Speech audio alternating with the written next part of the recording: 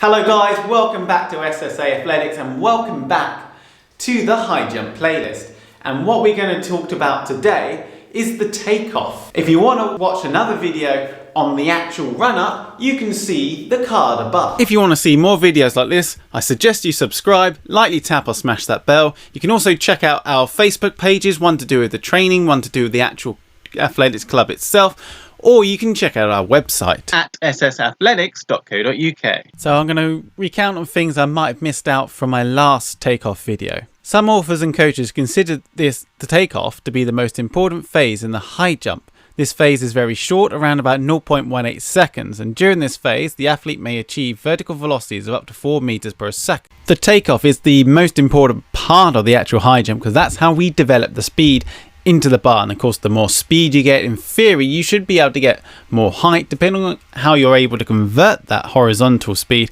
into vertical height and how much power you can generate. And of course strength times speed equals power, so therefore it's the most important phase. The athlete's second to last stride during the approach run, called the penultimate stride, will be longer than the last stride and will begin lowering off the athlete's centre of gravity by flexing the knee, and thusly they end up dropping the hips in order to come up slightly. Now when I was doing it I was always told to remain tall, but this is a slightly different way of doing it. During the last stride the foot is slapped down and the knee is extended. The ankle is leaning backwards so that the hips are ahead of the shoulders.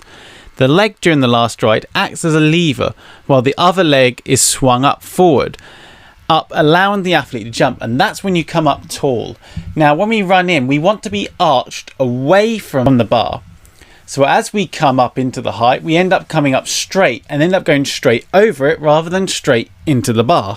This film shows the use of the circle that passed through the takeoff footprint and made the best possible fit with the second, third and fourth footprints before the takeoff. Notice that the next to last footprint was ignored. You can now see the footprints of the 8 athletes analyzed at the 1991 World Championships and the circular arc that was fitted to the curve of each approach.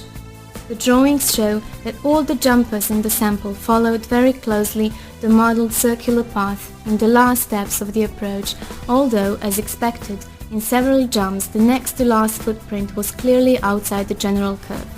Some jumpers, like Austin, followed very closely not only the curved section but also the straight section of the path modeled by the computer. Other jumpers, like Drake, started the straight section of the approach somewhat farther outward than predicted by the computer model and later converged into the final circular path. Jumpers like Dalton Grant and Troy Camp make a sudden change in the direction of running at the start of the curve before settling into the final curvature of the approach. Drawing and designing the approach is not allowed in competitions. Nevertheless, athletes and coaches always strive for its perfection. In the transition from the straight section to the curve, a force that tends to pull the body away from the circular arc affects the jumper immediately. This force is called the centrifugal force. A jumper then leans towards the center of a fictional circle, thus boosting the centripetal force. Centripetal force tends to make the body move towards the center of a fictional circle. However, an even balance of these forces puts the jumper in the optimal position for the circular run. Everything has to be optimal at the takeoff. The lean, the centrifugal and centripetal forces, the speed and the final angle of jumper's approach. At the takeoff, the centripetal force weakens and the centrifugal force increases to its maximum. As a result, the jumper moves away from the path he was following. Why is this important to take into consideration? After a jumper leans in the curve, his foot gets in an unnatural position. His feet and ankles are under tremendous pressure during this part of the approach, and he experiences foot torsion. So, considering an increasing amount of compensatory lean and final approach speed, a slip of the foot is likely to occur. However, the final approach speed will not be reduced since it's the most significant part of the approach. Therefore, the radius of the curve and the width of approach will be increased. As a result, the compensatory lean and the pressure on the jumper's foot will be reduced. Now the arms, and we need the arms because that helps us to get that vertical height. Basically what we're doing when we're doing high jump, We're transitioning in from a horizontal speed, and we're converting that horizontal speed into vertical height, and the arms help us to do this.